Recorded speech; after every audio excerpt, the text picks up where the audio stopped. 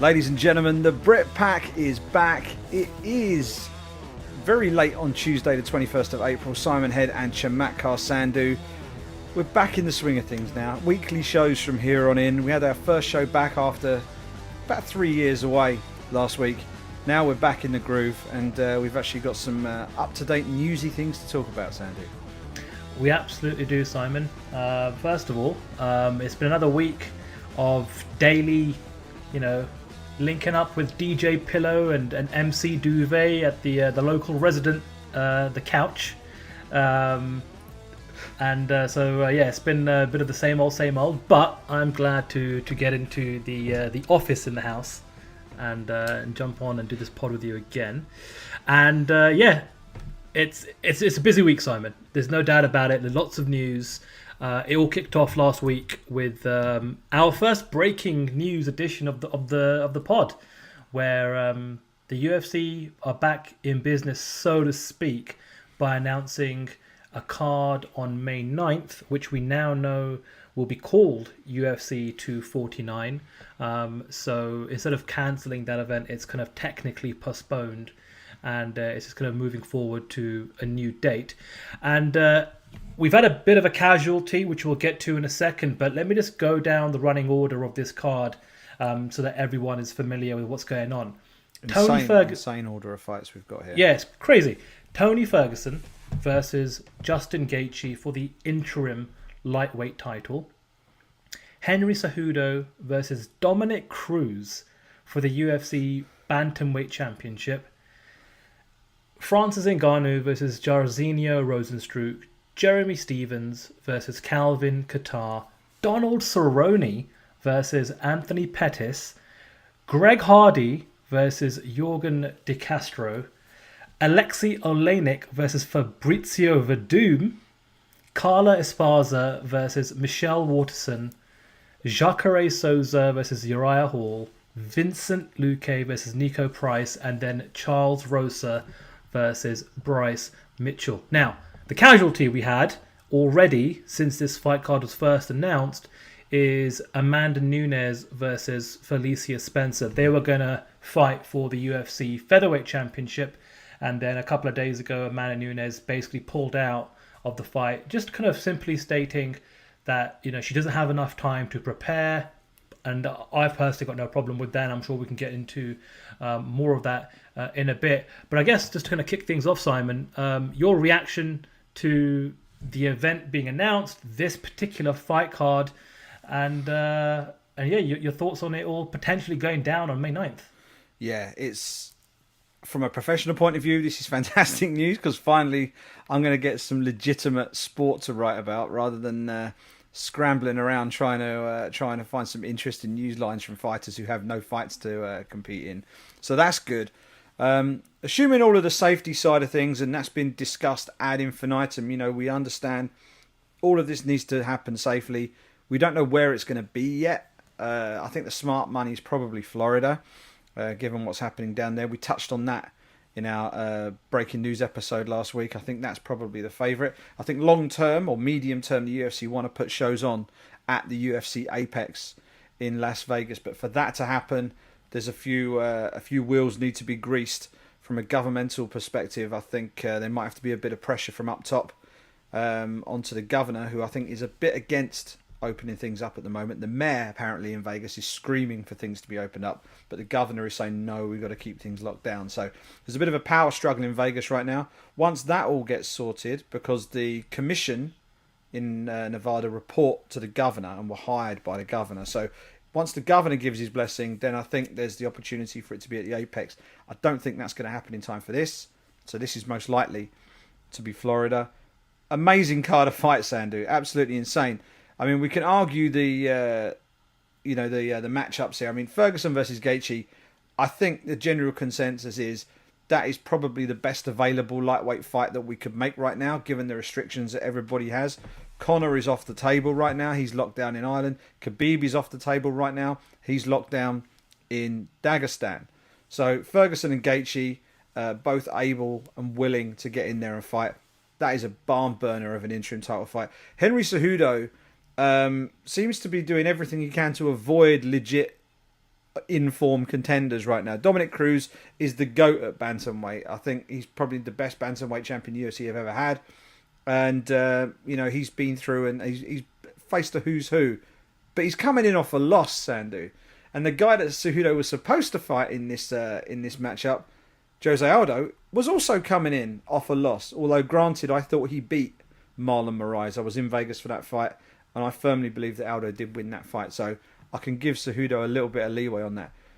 Dominic Cruz really shouldn't be fighting for the belt here. It should be Peter Yan, Aljamain Sterling, maybe even someone like Corey Sandhagen. Those guys are the people who should be up there because they're in form, they've worked their way up, and they deserve their shot.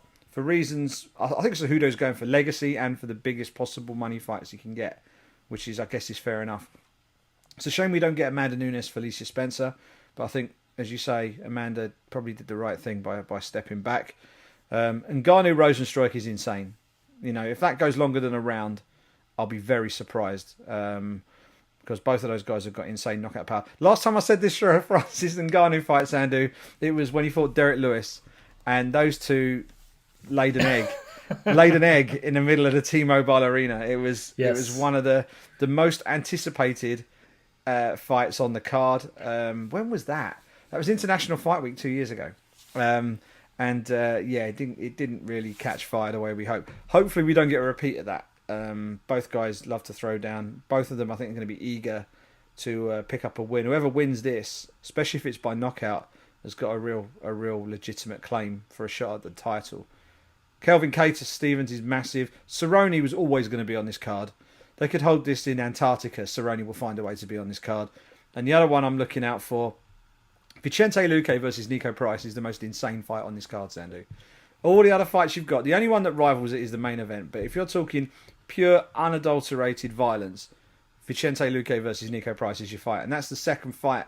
Assuming that the bout order that we've got at the moment, and I'm running off MMA Junkie's bout order at the moment, if that's that's going to be the second fight of the night. We've got Bryce Mitchell, Charles Rosa kicking it off. But Luque versus Price is going to be just insanity for as long as it lasts. Amazing card. I hope it happens. If it does, and this card stays intact, then we're going to have a lot to talk about the following Tuesday. Absolutely. And a couple of notes. I mean, first of all, going back to the Dominic Cruz Cejudo fight, I think from the UFC, from Cejudo's perspective, he wants a legacy building fight, which Cruz definitely checks that box. But I also think that when the UFC were kind of putting this card together, they were kind of thinking, right, we need to get the biggest names possible, stack this card so it can do really, really well on pay-per-view. And then, although from a merit point of view, you've got Peter Yan and Sandhagen and Sterling all absolutely deserving of a title shot right now. They're not as big as names as Dominic Cruz. In fact, when you look at the lighter weight classes, Dominic Cruz is arguably one of the top 5 biggest names in the history of those divisions in terms of being a UFC champion, headlining pay-per-views. He's working for ESPN, so he's kind of very familiar. Even though he's not been active over the last 3 or 4 years, that's a point in itself. Actually, this guy's going to be coming off the longest layoff in his entire career, which is incredible if he pulls off the win. I mean, if people don't consider Cruz the best bantamweight of all time, they certainly will if he beats Cejudo. That'll just put it, set in stone. The one question I actually had for you is pertaining to the main event, because there was a bit of a wrinkle to the story of the last week where Tony Ferguson made weight, Simon, on Friday. Madness.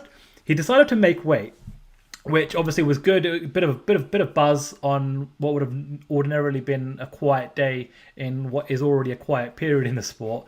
But do you think that was a good idea to cut down, drain yourself, knowing that you're potentially going to be fighting in 3 weeks down the road? The short answer is, of course not. It's like, I know why he did it. I understand why he did it, but it's bonkers. I mean, he's proven a point, but why? I mean, seriously, why? Like, yeah, you were ready to fight. We get it. We know. You could have shown us the scale like 2 days out and shown that you were 165 or whatever it was you were when you showed us the scale then. You don't need to cut the extra 8 pounds and stand on the scale looking gaunt and not very well and going, yeah, there we go, championship weight and all this. You don't, unless he was getting paid show money for that, and I am 99.9% sure he wasn't. Then that was just an exercise in pointlessness. There was no need to do it, and it might come back. It might come back. I mean, Tony Ferguson is a good sized lightweight. So, he said in the past that he'd be more than happy to step up and fight at 170 if the situation demanded it. So, yeah, I don't get it. Like I get it because it's Tony Ferguson and he lives by a whole different set of rules to the rest of us. But by the same token, it can't help him. I mean, an athletic commission would have to take a serious look at a fighter looking, making big weight cuts in quick succession. I think there's probably long enough between these fights or between that weight cut and the next one for it to not be a problem. But yeah, I mean, if I was Justin Gaethje looking at that, I'd be like, yeah, go on, you lose those pounds, get down to 55. I'd be sitting there just rubbing my hands together because Gaethje only has to do it once. And I was talking with the guys at MMA Junkie last night, and George and Ghost from MMA Junkie Radio, and we were talking about which of the title fights. Obviously, the Nunes Spencer fight was in the mix then as well, but which of the title fights had the biggest potential for a title change? And I think we all agreed that it was this main event. When I say a title change, Tony Ferguson doesn't hold a belt, but he never lost that interim title. He used to be the interim champ. He got TKO'd by a Fox TV cable. So, I don't really think that he can claim to ever have lost that belt. He is technically still the interim champ in my eyes. And I think Gaethje has a really good chance of beating Ferguson. I think they both have that fighting style where they're both quite happy to get hit, which is not a good fighting style to have long term. But Gaethje likes to walk through people. Ferguson likes to cut people up. It's going to be an insane fight. I'm looking forward to it. And I tell you what, if anyone that was backing Gaethje heading into the original date on April 18th, I think their confidence in that pick must have skyrocketed, because now, instead of fighting Tony Ferguson on 2 weeks' notice, he just added 3 whole weeks to whatever camp he can put together to prepare for this fight. And the fact that Tony Ferguson's cut weight, Gaethje's kind of added 3 more weeks, it makes it a much more compelling fight and a little bit more of on an even keel, which is interesting. The only other question I have coming out of the announcement of this card, and obviously all the fights, we've seen reports of a lot of fights being verbally agreed. I think some have put pen to paper by now. But the question I keep seeing from the fans or the comments is there's a lot of doubt. There's still a lot of disbelief in the fan base whether this event will actually happen. So when you kind of take all the kind of information that we have at the moment, Simon, if you're a betting man, what are the odds? What are the odds, Paddy, of this event taking place? I mean, I wouldn't say it's odds on. I'd say it's probably even money right now. It's an even money shot. You get a bit of value back in it to happen, but I'm leaning towards this happening. I think when they were looking to sort of circumvent athletic commissions and all the rest of it, and go down the whole route of having it at the Tachi Palace in Lemoore, California, there was a noticeable pushback from state governance, and eventually that put pressure on ESPN, and then it got pulled. But since the world has changed in a very short space of time, because since then Donald Trump has gathered together virtually all of the major sporting commissioners from the major sports leagues in America, and has created this mini task force that he's going to use sport to help kickstart the US economy. Now, that being the case, you can bet that Trump is going to do what he can within the bounds of what you can do to help grease the wheels, as I said earlier, and give these promotions and these leagues the opportunity to actually get things started. And no one is further along in their plans to make that happen than the UFC and Dana White. They've been pushing the curve all the way through this and have had a lot of flack for it. But I think now, when you've got a state like Florida where they are opening it up, and I believe the statement saying that WWE workers are essential workers, I don't think it was necessarily specific to WWE. I think it was a slightly broader brush term than that. It might have been sports or sport entertainment or something like that. So that may well be able to encapsulate something like professional baseball, professional mixed martial arts, or whatever. So we might find that Florida is the state of choice to maybe give some of these sports a kickstart, and that's why I think there's a very good chance of this happening. There's always that whole Fight Island narrative, which I'm fascinated by. It's proper Enter the Dragon stuff, but we don't know where it is. We don't know quite how it's going to be kitted out or where it's going to be. But I don't think that's in play for this one. So I can only see if it's not going to be Vegas, and I don't think Vegas will be, from a legal perspective, be ready to host on May 9th.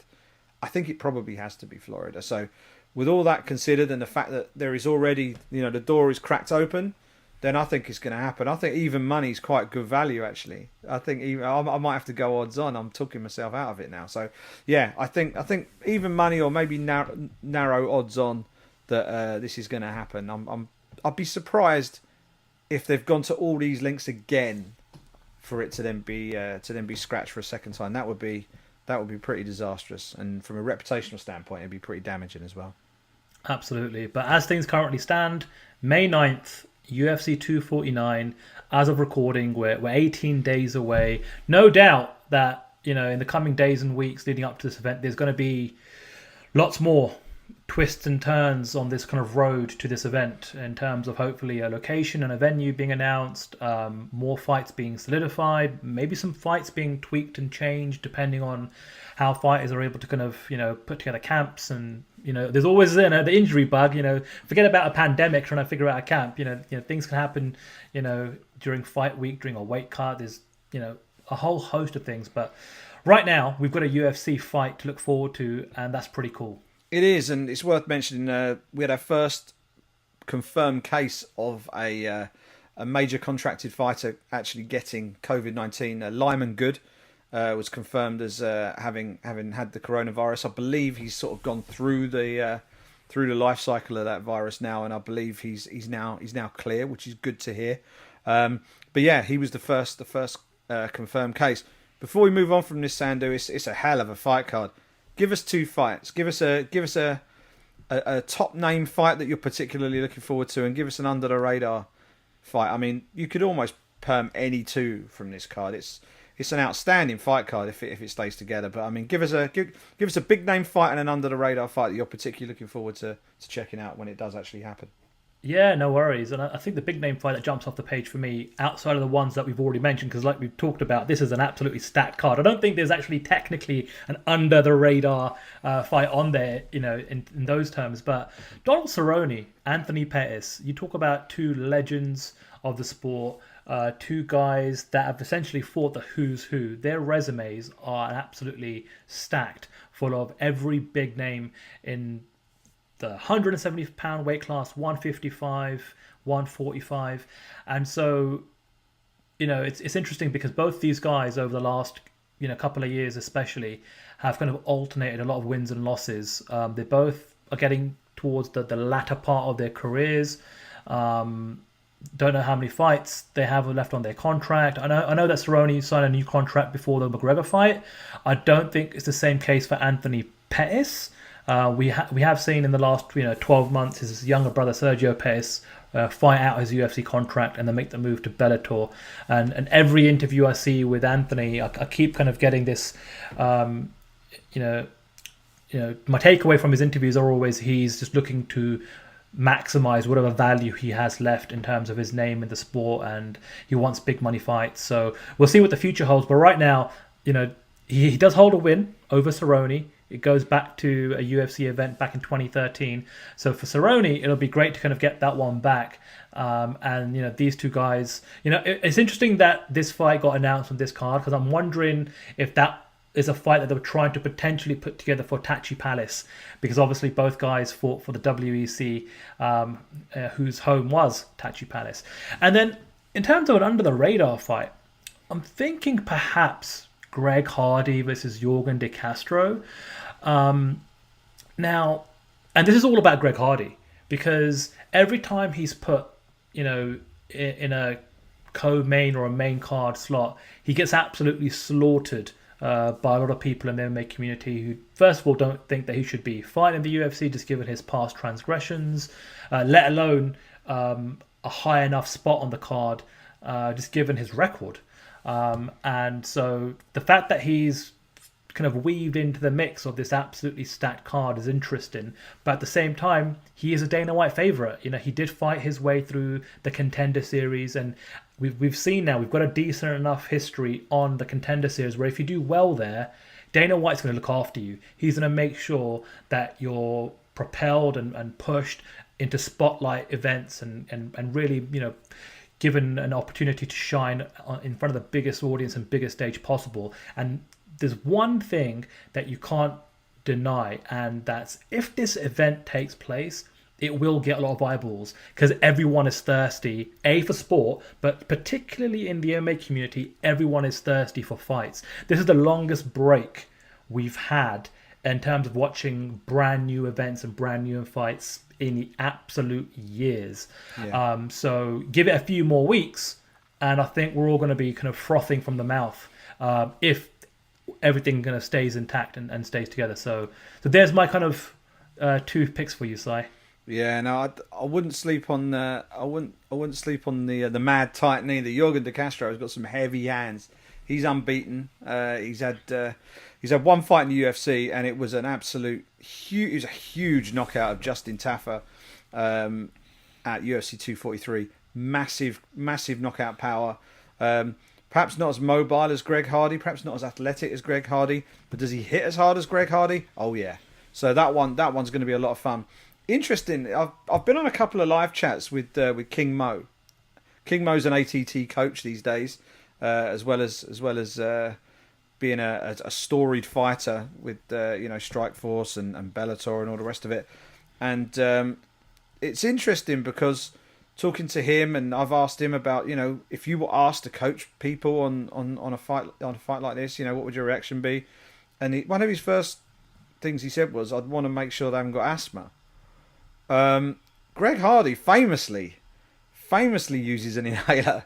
So, you know, it's an interesting one. I mean, given that it's part of this much bigger news story, we haven't really heard a hell of a lot from or about Greg and his inclusion on the card. But it is an interesting thing to look out for, because if you do end up catching this COVID thing, it can absolutely cripple your lung capacity, I understand. So it's something that, you know, if he ended up catching it as a result of being on part of this card, worst case scenario, well, not the worst case scenario, but certainly a bad case scenario would be that it could end his career.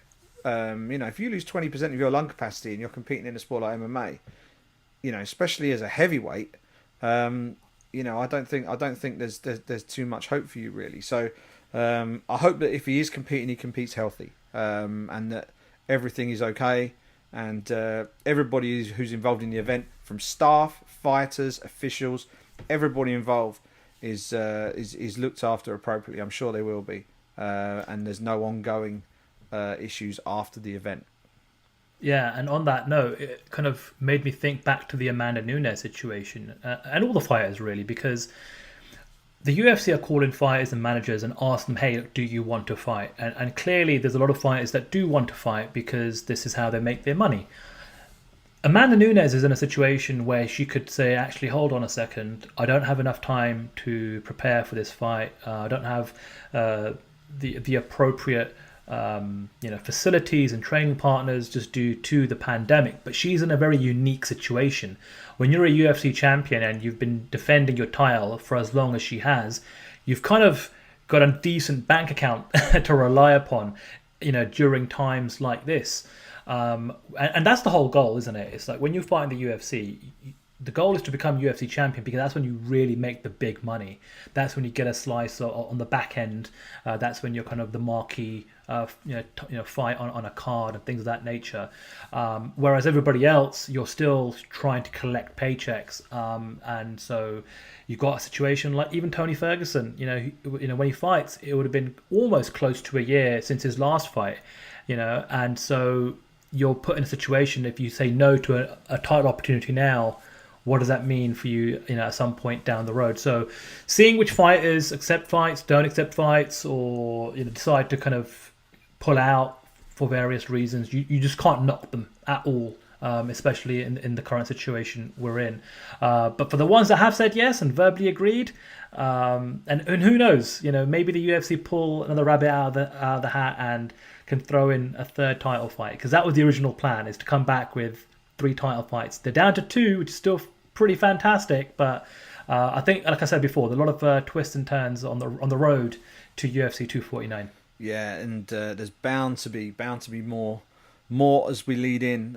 Just over, what are we talking about? 2 weeks away, 3 weeks away now. We're not too far off. So that's the UFC. They are ploughing forward with plans to get the thing back on the road again. What about the other key players in the world MMA landscape? What's happening with the other big promotions? We've had some breaking news from 2 of them today, Sandhu. You're a former PFL employee. Why don't you lead us in with what's going on with the PFL, and then I'll bring us up to date with what's happening with Bellator. Yeah, absolutely. So PFL yesterday decided via Brit Okamoto and then through a wider press release to reschedule, is what they've called it. You can call it cancel, you can call it postpone. They've decided to call it a reschedule of their 2020 season to 2021. And so it's still going to air on ESPN in the States. Just going to be moving forward a year. And I guess PFL are in a very different situation compared to other MMA promotions. They do have a smaller roster, but once the season starts, you have to stick to that schedule to make it fair for all the fighters competing in their format. And as a reminder to everyone, they have a regular season, so week 1, week 2, week 3, week 4, week 5, week 6. Then you have playoffs where you fight twice and try and win twice in the same night to advance to the championship event, which does take place on New Year's Eve, which is always the highest rated event of the year.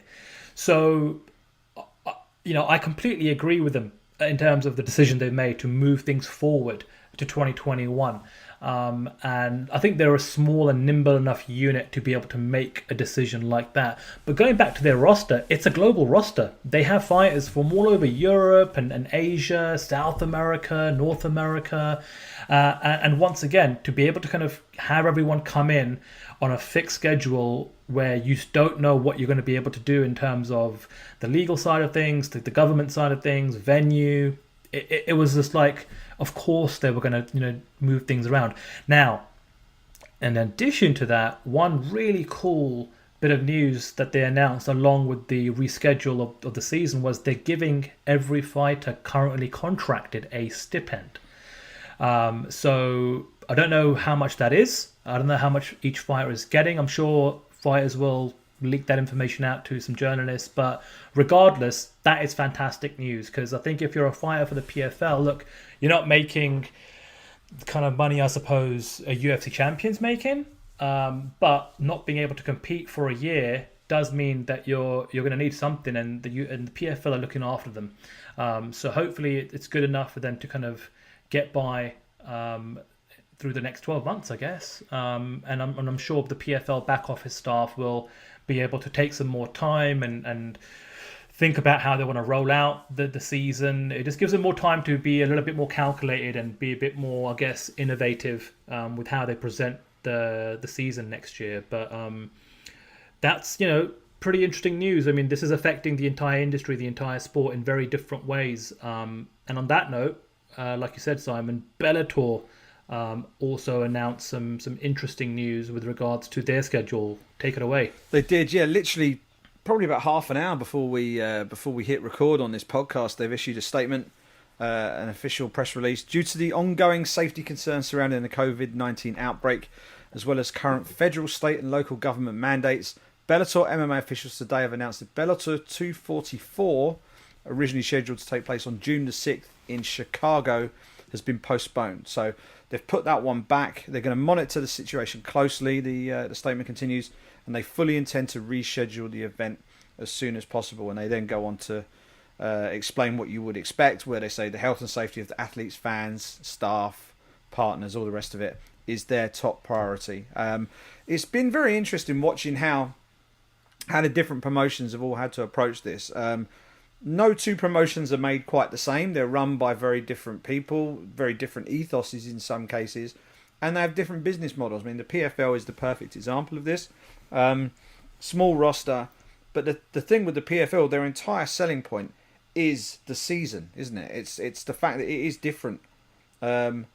Just coming back and holding a couple of events isn't really going to cut the mustard for them, because where's the value in that? What's going to make people tune in and watch it, other than the fact that it's just live sport and we're all gagging for some live sport? But the fights don't count for anything unless they mean something, and that's the battle that every fight promoter in every fight sport faces on a daily basis. Make people care about the fights.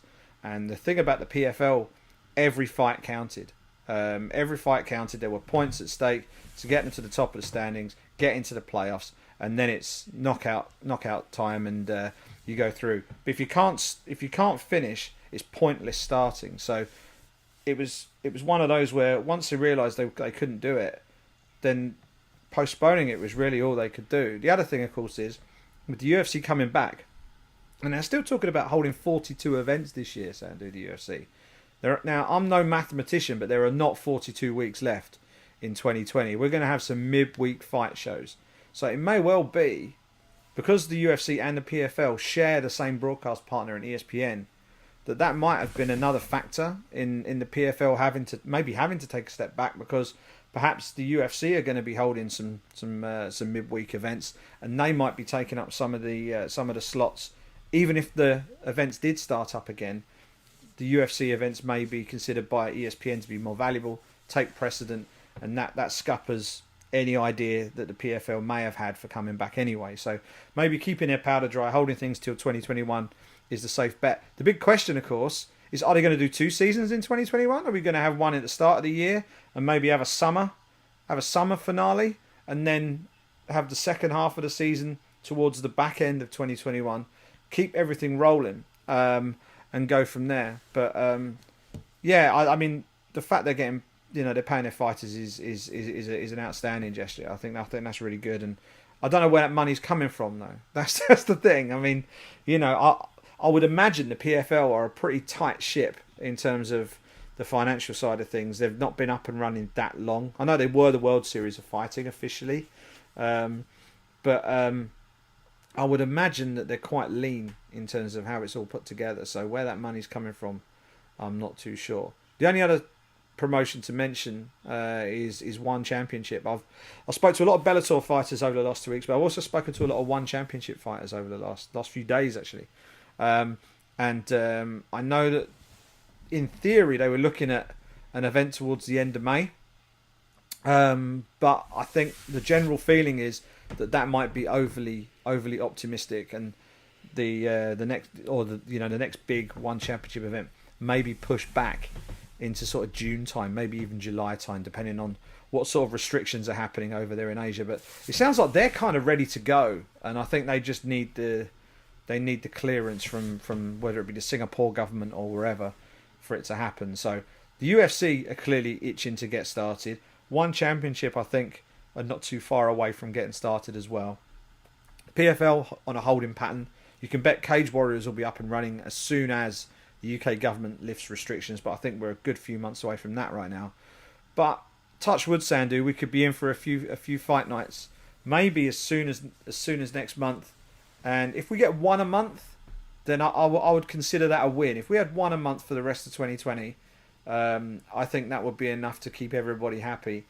But you never know; things might suddenly start to take off. Who knows? Yeah, and the only kind of asterisk left to kind of discuss when it comes to all of these promotions is we'll at some point get some more information with regards to how they are logistically putting these events together, what health and safety measures they're taking, because that is still at the forefront of everyone's minds. We are still in the middle of a pandemic. So like I said, there's going to be a lot more information that's going to start rolling out in the coming days and weeks, just to figure out where and when and how, and so many questions that everyone's going to have the closer we kind of get to all of these events, but especially the UFC. in a couple of weeks' time. Now, that's all the promotions kind of wrapped up, Simon. But I guess when I kind of think back to the last 7 days and what was perhaps the big fight story or fighter story, we had some good back and forth between John Jones, the UFC light heavyweight champion, with Dominic Reyes and Jan Blachowicz, and essentially the kind of back and forth ultimately concluded with John Jones essentially saying in no uncertain words that he's probably more inclined and interested in fighting Jan Blachowicz than he is Dominic Reyes. So I guess as you were kind of digesting the back and forth and where it kind of ultimately ended, being the European half of the show here, Simon, what did you take away from that back and forth exchange? It depends on your thoughts on John Jones's position, doesn't it? I mean, if we're talking from a purely meritocratic standpoint here, Jan Blachowicz has earned his spot and deserves his shot. Okay, so I think he might not be the most fashionable light heavyweight in the UFC, but he's done what he's needed to do to put himself in a position to challenge for the belt. So that needs to be said. However, Dominic Reyes came that close to beating John Jones. It was a super close fight, and some people scored the fight in Reyes' favour, and it was one of those where I thought Dominic Reyes had won the fight. I've got to be honest with you. I came away thinking Dominic Reyes won that fight, and I was a bit surprised when Jones got the decision. Now, when you get a fight that close, I think it demands a rematch. And we had a super close fight a few years back when John Jones took on Alexander Gustafsson, and that demanded a rematch. And Jones basically kind of stepped back from it a little bit, and then the whole rivalry with Daniel Cormier started to bubble up, and things kicked off from there. And we didn't see that Jones Gustafsson rematch until probably it was too late, really. I think if we'd have had an immediate rematch, that would have been huge. I don't think the UFC should let that happen again. I think Dom Reyes needs to be the guy back in there. I love Jan Blachowicz. He's great fun to chat to. He's always been great whenever I've grabbed him on a media day and stuff, and I've spoken to him loads of times doing the European circuit with the UFC over the years, and I do think he deserves a shot at the belt. But I also think that John Jones Dom Reyes fight, we didn't get a conclusive winner out of that, in my opinion. And I think Reyes really needs to be the guy to get back in there. Now, the whole thing with Jones, Sander, is, of course he's talking up Jan Blachowicz. Of course he is. If you're John Jones and you faced a guy who pushed you to the absolute limit, do you want to be facing him again with some sort of half-baked training camp where, the first part of it you're going to have to do in isolation before you can get in a gym and train properly again? Of course not. You're gonna need a full length training camp with the entire access to the Jackson Wink team and the whole thing, because you go in there again, he needs to make sure that he wins it and wins it decisively. I also probably think he thinks that Jan is the easier fight, I would imagine. But I think the Reyes fight has to be first, but then Jan undoubtedly is next. That would be my approach to it. What about you? Yeah, I completely agree. First of all, I scored it for Reyes, same as you. Number two, I think it's the bigger fight. I think that sells way more on pay-per-view than the Jan Blachowicz fight does. Number three, I think just logistically, if you think about geography, and Jan's in Poland, so I'm not too sure what the travel restrictions are with him being based in Poland. You've got Dominic Reyes in California, and you've got John Jones in New Mexico. They're basically neighboring each other. They could literally drive to a venue in a couple of months, meet in the middle somewhere, like a Tachi Palace or something, or maybe the Apex, and fight there. I love a Twitter poll. I love throwing out polls on Twitter, and I carried one out, actually, Simon. And I asked the fans, Who do you want to see John Jones fight next? Do you want to see him fight, Jan Blachowicz or Dominic Reyes? 5,964 votes, so just a couple of shades away from 6,000 votes, and 59% voted Dominic Reyes, with 41% picking Jan Blachowicz. So, from the fans' point of view, that's the fight that they want. But also, I think what John Jones is doing by even dropping Jan Blachowicz's name is kind of needling Dominic Reyes a little bit, just saying, "Oh, I'm not even thinking about you, son. I've moved on. I beat you. According to the judges, I beat you, and I'm good, and I can move on." And to be fair, look, even if Jones and Reyes, do rematch sooner rather than later, history has shown that Jones is pretty damn good in rematches anyway. So I'm sure he'll take a lot of away from that fight and do his homework and a lot of studying, as will the Jackson Wink camp. At the same time, I'm also interested in how does Reyes react to the fight a second time. Overall, the rematch is so much more compelling. So much, there's so much going into that fight emotionally, storylines, drama. It's just there's so much more, a much bigger appetite for the rematch than there is for the Jan Blachowicz fight. So I'd love to kind of see that rematch sooner rather than later. But listen, I love Jan too. As someone that worked the European circuit with you, Simon, Jan's a good bloke, and I'll give him credit. His English at the beginning wasn't great, but he has over the years started to improve his English, which helps a lot in terms of getting more stories out and conducting more interviews, especially with the folks based out, over here in North America and conducting interviews. So good on him. And also, I have to give him credit for playing along with John Jones on social media. Although I think perhaps the fact that he said he wanted to fist John Jones may have been taken the wrong way, to put it lightly, Si. I'm hoping that was lost in translation. Otherwise, Jan has a dark side that we didn't know about. I don't want to explore that. Thank you very much. We'll steer well clear of that. But the other thing I would love to, obviously, the fact that all the fights are currently on hold at the minute, this stops the one thing that I really want to see with John Jones. Eventually, I want to see John Jones at heavyweight. That's what I'm really looking forward to seeing. I do think there's a little bit of unfinished business. I think if he deals with Dominic Reyes and then Jan Blachowicz, I think really he can consider the division cleared out pretty much. He'll have faced and beaten pretty much everybody at 205. And then there's not much else for him to do, and I'd like to see him move up. And John Jones versus Stipe would be a very interesting fight. But there's other interesting fights from John Jones versus Francis Ngannou would be kind of interesting to watch as well. There's options for him. I think he's certainly not going to be shy of potential dance partners in the next 12 to 24 months. Also, I'm not 100% sure you mentioned the whole flying over for the Fight Island thing. If Fight Island is nearer Europe, I don't know what the situation is with John Jones's travel right now. Right. Is he? I think he's technically under some sort of probationary order right now, and that may well mean he can't leave the country anyway. So the people would have to come to him, I would assume. I don't think he's going to have a problem getting a fight. I would like to see Dom Reyes, and maybe that's one that they line up for the summer. I think that would probably work out quite well timeline-wise. But that's kind of fight talk done.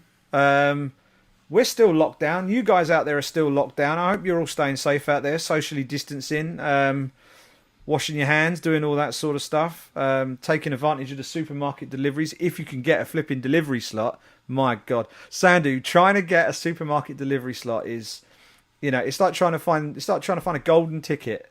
It's really like the old Wonka bar golden ticket situation. My parents have mastered the art of getting delivery orders and all the rest of it, and they just drive around to. I fill the order up. They drive around to my house, ring the doorbell, and just leave all the bags outside the front of the house. And it's great because taking my kids anywhere is just a non-starter. It would just be disaster. But yeah, we're all under lockdown. We're all trying to get by. I spoke to Sage Northcutt today. He's building mechanical models and doing push-ups. That's basically what he's doing. It's hard not to have a chat with him and not come away grinning, and that's exactly what happened today. But I think you spoke to me about this this Netflix Michael Jordan thing. I'll be honest. Yes. I have yet to sign up to Netflix, although my daughter, we've got a Netflix button on the remote control of our telly. So my youngest daughter, who's 2, probably unintentionally, keeps repeatedly trying to sign me up to Netflix. I get the little, you've tried to sign up, but you haven't quite made it yet emails. And that's her just trying to sign us up to Netflix via the remote control. Haven't done it yet.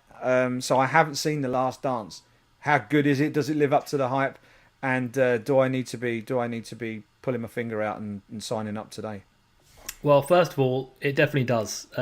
They dropped the first 2 episodes on Sunday night on ESPN, and then as of Monday, at the stroke of midnight, it was available worldwide on Netflix. Right. And I'd say that if you haven't signed up for Netflix, give it 4 more weeks, right? Sign up for the free trial, and then binge watch all 10 episodes of The Last Dance. That might be a good trick for you to kind of pull there. But it is, honestly, I love sports documentaries anyway. And, from a music, from imagery, the archived footage, fresh, brand new interviews, and the way it's all stitched together, it's very compelling. It's very enjoyable. And also, it's kind of the first time in a while where, especially in this part of the world, it felt like for the first time in a long time, a lot of people came together for appointment viewing. This isn't something that, it's on, Amazon, or check out this Tiger King documentary on Netflix, and everyone's kind of absorbing it and digesting it in their own time. This was Sunday night, 9 o'clock, ESPN. Now, I don't have ESPN, it's not available in Canada, but I do have the internet, so I figured out a way to watch it along with the rest of America. VPN. It was the number 1 worldwide trend, and I think 20 odd of the top 30 worldwide trends on Twitter was all in relation to this documentary. And then when I saw the reports of the ratings, it was like the highest viewed or highest rated original content programming on ESPN since I think 2003, 2004, which is bonkers. Mad. So it just goes to show the impact Jordan has, the Chicago Bulls, the way they've kind of marketed and kind of advertised this kind of amazing, never before seen footage. And so if anyone hasn't seen it, I'd highly recommend checking it out. Definitely go out of your way. It's on Netflix right now, or at least episodes 1 and 2 are. And I'm looking forward. That's the next 4 Sundays now, with the remaining episodes locked in. Sunday night for the next 4 weeks, I know exactly what I'm doing, sitting in front of the telly, and I'm watching this amazing sports documentary. So yeah, it's great. Awesome. The thing that I'm watching, it's the 2nd season of this, and I don't know whether you get much BBC stuff over there in Canada, or whether the guys in the States get it. They do get some stuff. There's a series called Race Across the World, which is my favourite thing on TV right now. We're on the second season of it. To explain the premise, if you've seen The Greatest Race, it's a bit like that. So basically what it is, it's 5 teams of Brits, teams of 2. They're either couples or brother and sister or 2 friends or whatever. And what they do in the first season, they started out from London, and they had to travel from London to Singapore, which is the furthest major city from London, for the cost of the airfare without flying. But they didn't have any other money, no bank cards, no mobile phones, nothing. I think they were given a map and a GPS tracking device, and that's it. Off you go. And they gave you each episode they had a checkpoint they had to get to, and they might not have known where it was, what country it was in, so they then had to find that out. And then the budget is literally the price of the airfare, and if they're running low on budget, they're going to have to go and get a part-time job and make up the money to do it. So that was outstanding. The first season of that was great. So that was London to Singapore. This 2nd season is Mexico City to, I think it's the southernmost city in Argentina. And that's pretty much 20 hours as well, but north to south. Same premise again, but you're going through South America, and it's outstanding. It's great TV. I love it. I think we're about to have the last episode of season 2 is coming up this coming Sunday. So if you can get I don't know if you can get iPlayer over there or you can wangle your way to get iPlayer over there. Get on BBC iPlayer.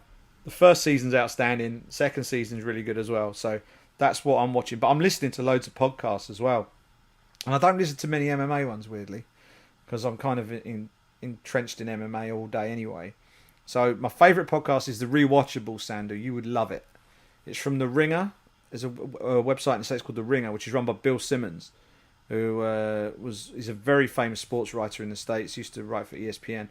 And they basically rewatch classic movies and then sit down and do a podcast about it and talk about the everything that went into making the film, what would have happened if different people had been cast based on who had been approached beforehand. They talk about who stole the show, who stole the movie, and all that. It's a really, really good film. So if you love all your, it's got I thought, like they've done Top Gun, they've done The Firm, they've done Goodfellas, they did The Karate Kid a couple of weeks ago. I think they did Basic Instinct last week. I haven't listened to that one yet, but they're all outstanding. I can't recommend it high enough. And I listen to NFL stuff as well. And the other thing, I'm doing a podcast with you, but you're not the only person I'm doing a podcast with, Sandu. I feel cheated on. I'm doing a podcast with my 8-year-old daughter. Nice. I'm doing a podcast. My daughter Alicia is 8. She's autistic, and being stuck indoors is really hard for her. She struggles with transitions, changes to routine. So you can imagine how this would have been when all of this stay indoors, self-isolation stuff kicked in. And when we did it, we were only going to be doing it for 7 days, and then that extended to 14 days, and then it's just carried on and on and on. And we're like in week 5 or week 6 or something now. So what we decided we would do is we would go out normally first thing in the morning. So she'd come in and wake me up at some ungodly hour, and then have a bit of breakfast, and then we'll go out and we'll just walk around our little village where we live. Take a little voice recorder and we'll record a little podcast, and it's basically a chance for Elisa to just spout and talk about her favourite things. So we try and do top 5s and stuff, and it's just good for her, and she loves it. So that's awesome. It's called Alicia and Dad, and it's available on all good podcasting platforms. I'll make sure to subscribe. Oh yeah, you'll be at least the second person to subscribe. So, but it's not really for that. It's it's just the process of getting out and Sure. building a better relationship with her as well, which is always good. So that's the other thing I'm doing. Absolutely, and I tell you what, going back to your recommendation, the rewatchables, I actually have listened to an episode of that on a road trip back from Bristol, Connecticut, ESPN headquarters to New York. I was riding shotgun with our good friend New York Rick, and he slapped on an episode of the Rewatchables where they were kind of dissecting the Fast and the Furious franchise, and so that was a good time. And that you've actually reminded me, I actually should subscribe, because I'm a big movie buff, and I think that podcast is right up my street. And the other thing I forgot to mention earlier when we were talking about, or when I was talking about The Last Dance, is its director, and how the director has actually got roots in our fight community. So Jason Hare, who, no household name, but he actually produced the original 2 prime times. So this is the prime time for Mayweather Hatton. Yeah. And there was another one. There was one prior to Mayweather Hatton. I think it might have been Mayweather De La Hoya. Yeah, it was Oscar De La Hoya versus Floyd Mayweather, the original, the very first 24/7, and then the one for Mayweather Hatton. And I remember the Hatton one a little bit more vividly, only because that was our guy. Yeah. Right? That was our British hope of becoming the biggest boxing superstar in the world by knocking out Floyd Mayweather. And then he actually transitioned, and the UFC picked him up, and he did a bunch. Actually, he did all the UFC primetime episodes. That was his baby. Before the kind of UFC kind of, I guess, took that concept and then kind of changed it into what's now known as UFC Countdown, which they kind of produce in house. But yeah, he did all the classics, mate, like Jones, Evans, Diaz, Condit, Velasquez, George St. Pierre, BJ Penn. That was all him. He also produced the and directed the Andre the Giant documentary, which came out a couple of years ago. So this guy, he knows sports. He's got roots in the fight community. So there you go. There's another reason if you wanted. If now that perhaps if you're listening to the podcast and you're starting to get a little bit more familiar with this guy's prior work and his resume, it might give you the impetus to actually check out The Last Dance a little bit more. Awesome. Yeah, I do need to do that. I mean, you mentioned about getting the free trial. That is exactly what I'm going to do. I had Netflix before, but my wife hasn't. So that's how that's going to happen. But yeah, I used to watch Designated Survivor. I used to love that. I haven't watched the latest season of it. I think I've only seen the first season of it, or the first 2 seasons of it. Kiefer Sutherland. If you've not seen it, then check that out as well. That is that was one of my favourite things on TV when that first came out. So that's another reason to pull my finger out and get back onto Netflix as well. But enough Netflix chat. Otherwise, we won't get a chance to sit down and watch Netflix. So it's probably best we sort of wrap things up a little bit.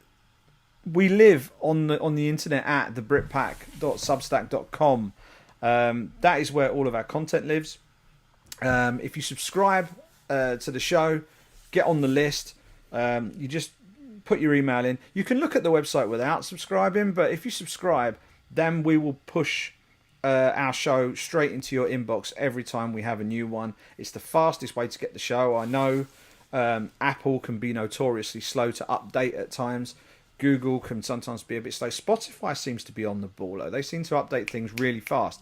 But if you want to get things as fast as possible, you can also go straight to your preferred podcast player from the email as well. I noticed that the other day. There's actually a link. There's an embedded player, and then under that you can click on that, and that will take you to whatever app you might have on your phone, whether it's Pocket Casts or Breaker or one of the other podcast players that you might have. And obviously, if we put out any other updates, we won't spam you with updates, so don't worry about that. It'll only be if it's something massive that we put something out that isn't a show. And obviously, you'll be the first people to get that as well. So if you want to be on the ball and be the first people to get the show, that is the way to do it. And the other great thing is, we know we actually know who's listening, which is great. We'll know who we're talking to, and over time we'll be able to rope you guys in and get you involved. That's not the only way to get the show, Sandu. No, it's not. While we'd love for everyone to subscribe via our Substack, you can still do it the old-fashioned way. Go directly to your preferred podcast player, whether you're on Apple, Google Play Music, Spotify, Stitcher, or any other host of Android third-party apps, which is actually what I use. I'm an Android guy. It's available. It's available anywhere and everywhere, essentially. And if you are specifically Apple users, we would absolutely love it if you found our podcast. Well, obviously, if you're listening on Apple, you would have already found it. But go give us a rating. Love a 5-star. Drop a review, because that actually helps us immensely. It's how kind of Apple's algorithm works in terms of propping up podcasts, promoting podcasts, and we actually got a flurry of reviews over the past week. And maybe starting next week, Simon, we could read a few of them out, and greatly appreciate for anyone that did actually do that. Just kind of going to get us off the ground with our first show in 3 years. And tell a friend, and help us blow this thing up and spread the word, and hopefully we can get our listener numbers up, and who knows where we can take this thing this time around. The other thing about it is those reviews, I think, had a difference already, because I had a little look on Apple just to see how we were being listed, or if we were being listed. The way to categorise our show is we are categorised as a wrestling podcast, because they don't have an MMA section. And wrestling, I think, was our other criteria that we put in there. So we're listed as a wrestling podcast, and based on the listing that I got, bear in mind I'm in the UK, so the listing may be different to wherever you guys are listening, but we were like the 30th on the list. I don't know if that's an active chart or whatever, but we were 30th in wrestling podcasts on the UK Apple Podcast Store, which is pretty cool. I'm not expecting us to shoot to number 1 and start challenging Joe Rogan and all that sort of stuff. But it is kind of cool that we're at least appearing. So we might get some organic traffic that way as well. And your reviews really help that. So the more cool reviews we get, the more 5-star ratings we get, the more shine we'll get from the likes of Apple, the more likely it is that we'll get featured, and we can help to grow this thing with a little bit of help from our friends out there in the Twitter sphere and on the internet. So greatly appreciate all of those reviews. Thank you so much if you've already been on and done that. And you can hit us up on social media as well, Sandu. Yeah, I'm at Sandu MMA on Instagram as well as Twitter.